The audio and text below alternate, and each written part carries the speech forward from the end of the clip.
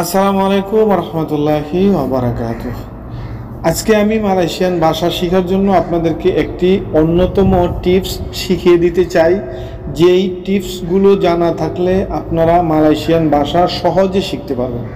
তো দেখেন, প্রথমত এখানে 6টি শব্দ আমি সাজিয়েছি। 1 সুডা, 2 পারনা, 3 সেডাং, 4 আকান, 5 মাসি এবং 6 বেলুম। এই 6টি শব্দের মাঝেই লুকিয়ে রয়েছে আমরা কিভাবে মালয়েশিয়ান ভাষা শিখব। আপনি যদি এই 6টি শব্দ কোন কোন জায়গায় ব্যবহার করতে হবে, কোন কোন শব্দের সাথে মিলিয়ে কথা বলতে হবে যদি জানা না থাকে, তাহলে আপনি কিন্তু সহজে মালয়েশিয়ান ভাষায় কথা বলতে পারবেন না। তো আমি এই টিপসগুলোই আজকে আপনাদেরকে শেখাবো। তো আপনি যদি আমার ভিডিওটি ফেসবুক থেকে দেখে থাকেন, অবশ্যই পেজটি ফলো দিয়ে পাশে থাকবেন। এবং আপনি যদি আমার এই ভিডিওটা ইউটিউব থেকে দেখে থাকেন, অবশ্যই আমার চ্যানেলটি সাবস্ক্রাইব করে পাশে থাকা বেল বাটনটি বাজিয়ে দিবেন, যাতে করে নতুন ভিডিও আপডেট দেওয়ার সাথে সাথে সবার আগে আপনাদের কাছে পৌঁছে যায়। তার কথা বাড়াচ্ছি না, চলুন শুরু করি মূল ভিডিও। তো ভিডিওটা স্কিপ না করে সম্পূর্ণ ভিডিওটা দেখার অনুরোধ অবশ্যই করছি। তো দেখেন, আমি প্রথমে একটু সহজ থেকে শুরু করছি। প্রথমে আপনি যদি বলতে চান আমি খানা খেয়েছি, এটা যদিও ভাষাটা শব্দটা একদম সোজা মনে হচ্ছে, কিন্তু এই যে শব্দটার মধ্যে সুডা শব্দটা ব্যবহার করা হয়েছে, সুডা শব্দটা যে ব্যবহার করা হয়েছে অনেকেই জানি না এই সুডা শব্দটা কোন কোন জায়গায় ব্যবহার করা যায় বা করা যেতে পারে। তো আস্তে আস্তে আমরা গভীরে যাব। প্রথমে আমরা একটু সহজ থেকে শুরু করছি। যেরকম আপনি যদি বলেন আমি খানা খেয়েছি, তাহলে বলবেন সায়া সুডা মাকান। একদম সিম্পল মালয়েশিয়ান ভাষা। আমি মনে করি না এর থেকে আর সহজভাবে কেউ আপনাকে শিখাবে, বা মালয়েশিয়ান ভাষার থেকে সহজ কোনো ভাষা আছে আমি মনে করি না। কারণ আমার কাছে একদম সোজা মনে হয় মালয়েশিয়ান ভাষা, কিন্তু শেখানোর ক্ষেত্রে অনেকে বিরক্ত মনে করেন, সময় দিতে পারেন না, এই জন্য হয়তো শিখতে অসুবিধা হয়। তারপরও আমি মনে করি যদি মনোযোগ সহকারে আজকের ভিডিওটা দেখেন, তাহলে আমি মনে করি 80% 90% মানুষ ভাষা শেখার জন্য চেষ্টা করলে এই ভিডিও থেকে শিখতে পারবেন। তো সাধারণত আমি শব্দের অর্থ হচ্ছে সায়া, সুডা শব্দের অর্থ হচ্ছে আপনি যেটা করে ফেলেছেন অলরেডি করেছেন, সেটাকে বলা হয় সুডা। যেরকম আপনি কাজ করে ফেলেছেন, এটা হবে সুডা। যদি আপনি খানা খেয়ে ফেলেছেন সেক্ষেত্রে বুঝাতে চান, তাহলে বলবেন সুডা মাকান। যদি কাজ করে ফেলেছেন এমনটা বুঝাতে চান, তাহলে বলবেন সুডা বুয়াত করজা, মানে আপনি করে ফেলেছেন এই কাজটা। যদি ফেলে দিয়ে থাকেন তাহলে বলবেন সুডা বুয়াং, অর্থাৎ মানে ফেলে দিয়েছেন। এই ক্ষেত্রে এই সুডা শব্দটি ব্যবহার হবে। যেরকম আপনি যদি বলেন আমি এখনো খাই নাই, একদম একটা সিম্পল ভাষা, ঠিক আছে। আমি এখনো খাই নাই, আপনাকে কেউ জিজ্ঞাসা করছে সুডা মাকান বলুম, অর্থাৎ তুমি কি খানা খেয়েছো নাকি খাওনি। তো আপনি যদি বলেন যে আমি এখনো খানা খাই নাই, তাহলে এটা মালয়েশিয়ান ভাষায় এভাবে বলবেন যে সায়া বেলুম মাকান লাগি, সায়া বেলুম মাকান লাগি, আমি এখনো খাই নাই। এই যে এখানে সর্বশেষ যে শব্দটা লাগি, এই লাগি শব্দটা এই জন্যই ব্যবহার করা হয়েছে, এই যে এখানে এখনো, এই যে এখনো শব্দটা আসার কারণে এই লাগি শব্দটা হয়েছে। দেখেন, ছায়া হচ্ছে আমি, বেলুম হচ্ছে, এই যে বেলুম শব্দটা এখানে এই জন্যই এসেছে যে আপনি খান নাই, এই জন্য এখানে এই শব্দটা হয়েছে যে নাই কারণে এই বেলুম শব্দটা এখানে এসেছে। আর খাই বা খান বা খায় এটা হবে মাকান। ওকে, আপনি খেতে পারেন অথবা অন্য কেউ খেতে পারে, এই ক্ষেত্রে মাকান হবে। মাকান শব্দের অর্থই হচ্ছে খাওয়া। হতে পারে আপনি খাচ্ছেন, হতে পারে অন্য কেউ খাচ্ছে, সেক্ষেত্রে মাকান হবে। মাকান শব্দের অর্থই হচ্ছে খাওয়া। যেহেতু এখানে আমরা বলতেছি যে আমি এখনো খাই নাই, এই জন্য এই বলুম শব্দটা এখানে এসেছে। আর মনে রাখবেন, যেই কোনো শব্দের মাঝে যদি এখনো থাকে সেই ক্ষেত্রে এই লাগি শব্দটা আসবে, ঠিক আছে।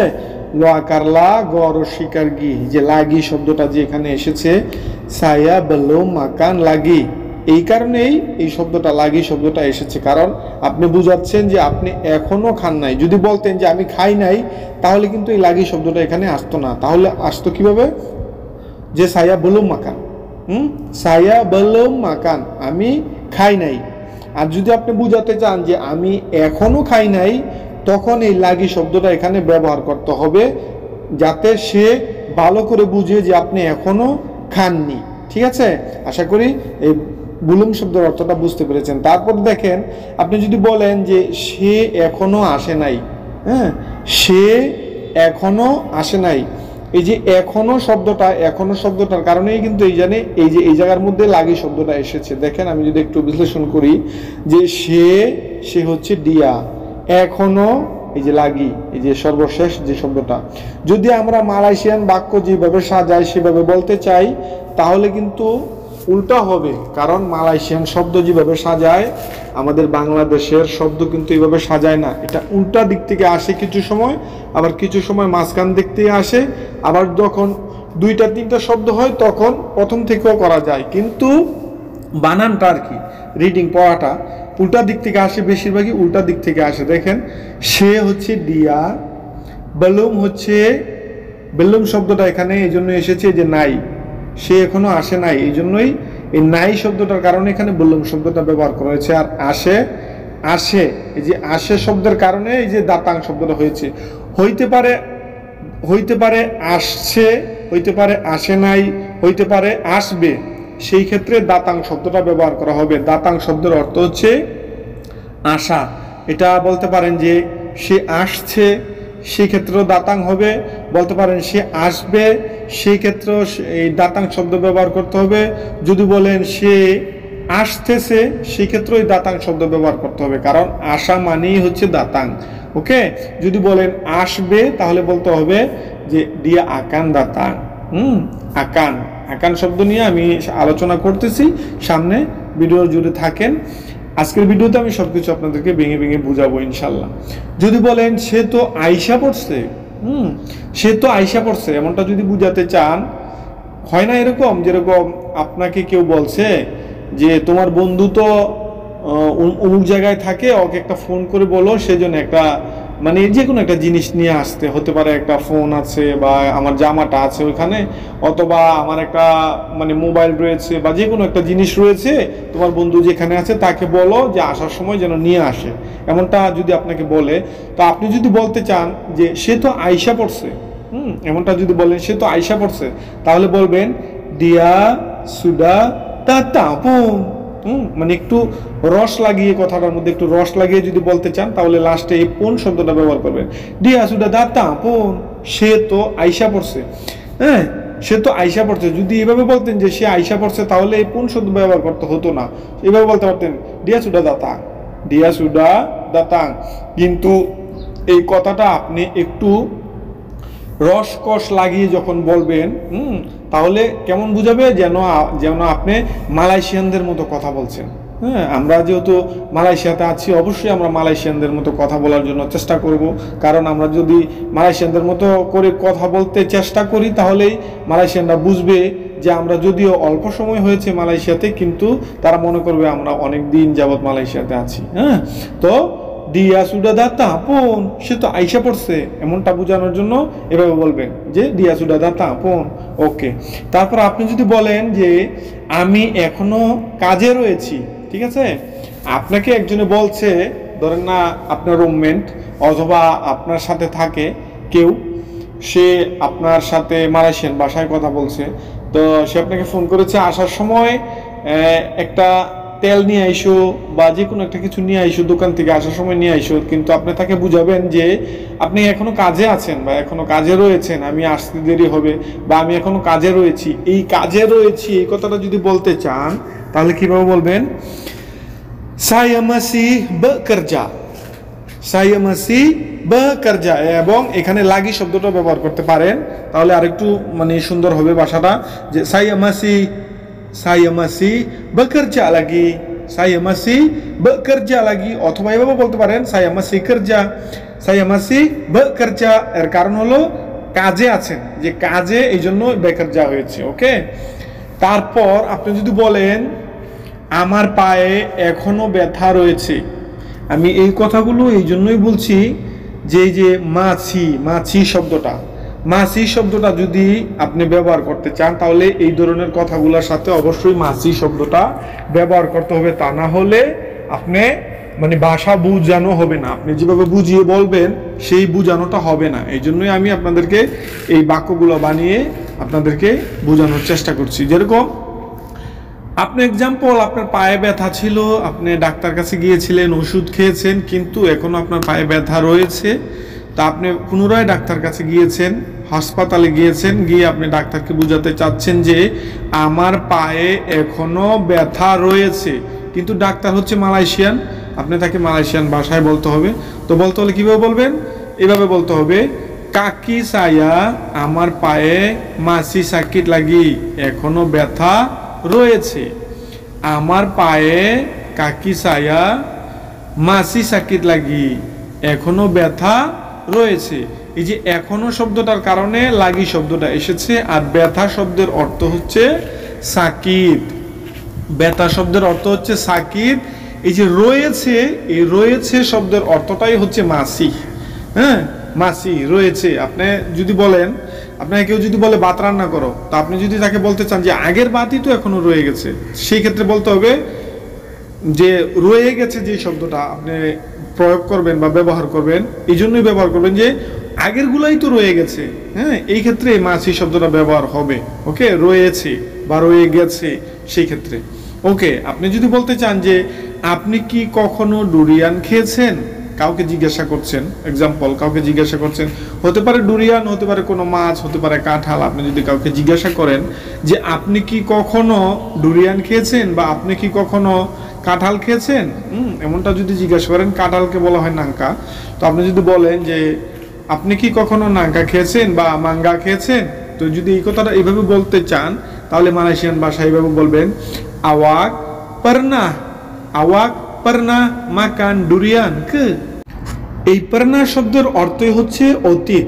আপনি যদি কাউকে অতীত সম্পর্কে জিজ্ঞাসা করেন, যে আপনি যদি তাকে জিজ্ঞাসা করেন, যেরকম আমি এখানে বলেছি, আপনি কি কখনো ডুরিয়ান খেয়েছেন, অর্থাৎ আপনি কি অতীতে ডুরিয়ান খেয়েছেন। যদি এটা না বলে আপনি তাকে অন্যটাও বলতে চান যে আওয়া পারনা নন্তন ফিল্ম ইতু কে, মানে আপনি কি অতীতে এই ফিল্মটা দেখেছেন বা ওই ফিল্মটা দেখেছেন, তাকে জিজ্ঞাসা করেছেন। অথবা আপনি এরকমও বলতে পারেন যে আওয়া পারনা pergi Kuala Lumpur ke, awak pernah pergi Kuala Terengganu ke, মানে আপনি কি অতীতে কখনো কোয়ালালামপুর গিয়েছেন কিনা, অতীতে কখনো কোয়ালা তেরেঙ্গানু গিয়েছেন কিনা। এই অতীত বুঝাইতেই অতীত সম্পর্কে জানতে চাইলেই আপনি এইভাবে তাকে জিজ্ঞাসা করবেন। ওকে, তারপর আপনি যদি বলেন এই বর্তমান, মানে আপনি যদি বর্তমান সম্পর্কে বলেন বা বর্তমান সম্পর্কে জানতে চান, তখন এভাবে বলবেন যে আমি এখন ভাত খাচ্ছি। ঠিক আছে, এটা হচ্ছে বর্তমান। আমরা এতক্ষণ কি শিখলাম? অতীতের ব্যাপারে, ভবিষ্যতের ব্যাপারে। তো এখন আমরা শিখবো কি? বর্তমানের ব্যাপারে। যেরকম আমি এখন ভাত খাচ্ছি, এটা যদি আপনি মালয়েশিয়ান ভাষায় বলতে চান তাহলে বলবেন saya sedang makan nasi sekarang, আমি এখন ভাত খাচ্ছি। দেখেন এখানে যে সেডাং শব্দটি ব্যবহার করা হয়েছে, এই সেডাং শব্দ ব্যবহার না করে আপনি যদি তেঙ্গাহ শব্দ ব্যবহার করেন, যে saya tengah makan nasi sekarang, তাও হবে, কোনো সমস্যা নেই। তেঙ্গা এবং সেডাং একই শব্দ। তারপরে আপনি যদি বলতে চান যে আমি খাবো, এতক্ষণ আপনি বললেন যে আমি এখন ভাত খাচ্ছি, তো সেক্ষেত্রে বলবেন সায়া তেঙ্গা অথবা সায়া সেডাং মাকান নাসি সেকারাং, এর অর্থ হচ্ছে আমি এখন ভাত খাচ্ছি। কিন্তু আপনি যদি বলেন যে আমি খাবো অথবা আমি এখন খাবো, সেক্ষেত্রে বলবেন সায়া আকান মাকান সেকারাং, সায়া আকান মাকান সেকারাং, আমি এখন খাবো। এই যে খাবেন, মানে খাবেন, যে ভবিষ্যতে খাবেন, এই ভবিষ্যতে খাবেন বলেই আকান শব্দটি ব্যবহার করা হয়েছে। ভবিষ্যৎ বুঝাইতে আকান শব্দ ব্যবহার করতে হবে। যেরকম আপনি যদি বলেন saya akan pergi, আমি যাব, saya akan makan, আমি খাবো, saya akan tengok, আমি দেখব, এই তেঙ্গ শব্দের ক্ষেত্রে নন্তন বলে থাকে কিছু কিছু সময়। সাই আকান নন্তন আমি দেখব, সাই আকান তেঙ্গ আমি দেখব, এটাও বলতে পারেন। সাই আকান বুয়াত আমি করব। এই যে ভবিষ্যৎ আপনি করবেন, সেই ভবিষ্যৎ বুঝাইতেই আকান শব্দটি ব্যবহার করা হয়ে থাকে। তা আশা করি এই আকান শব্দের ব্যাপারে আর কোনো প্রশ্ন, আর কোনো কমেন্ট, আর কোনো অবজেকশন থাকবে না ইনশাল্লাহ। তো আমি ভিডিও শেষে বোনাস টিপস হিসাবে একটি আপনাদেরকে এই যে ক্যালকুলেটর শেখাতে চাচ্ছি। যে ক্যালকুলেটর এখানে কি 4টি শব্দ, যোগ, বিয়োগ, মাইনাস, ভাগ। ঠিক আছে, যোগ, বিয়োগ, পূরণ, ভাগ। ঠিক আছে, যোগকে কি বলা হয়? যোগকে বলা হয় তাম্বা। যোগ হচ্ছে তাম্বা। একটা জিনিসের সাথে যদি আরেকটা জিনিস আপনি যোগ করেন, সেক্ষেত্রে বলা হবে তাম্বা। সাতু তাম্বা তিগা, কত হলো? সাতু তাম্বা তিগা, 4 হবে। যদি বলেন যে 50 থেকে 5 কমানোর জন্য, তাহলে বলবেন 25 তলা আমপাত, তাহলে কত থাকবে? মানে তলা মানে বিয়োগ করছেন, 25 তলা লিমা, তাহলে থাকবে 45। যদি বলেন সাতু কালি তিগা, সাতু কালি তিগা, ঠিক আছে, সাতু কালি তিগা, এভাবে যদি বলেন যে পূরণ, এটা হচ্ছে পূরণ। এই পূরণের ক্ষেত্রে বলা হয় কালি। আর যে বাক করবেন, এই বাক ফলকে বলা হয় বাহাগি। আশা করি বুঝতে পেরেছেন। আমি মনে করি এই ভিডিও, এই যে আপনাদেরকে ক্যালকুলেটর শেখানোটা, এটা আর কেউ শিখায়নি আপনাদেরকে। তো আশা করি ভিডিওটি ভালো লাগবে। তো ভিডিওটি কেমন লেগেছে অবশ্যই কমেন্ট করে জানাবেন। Bye bye, tata.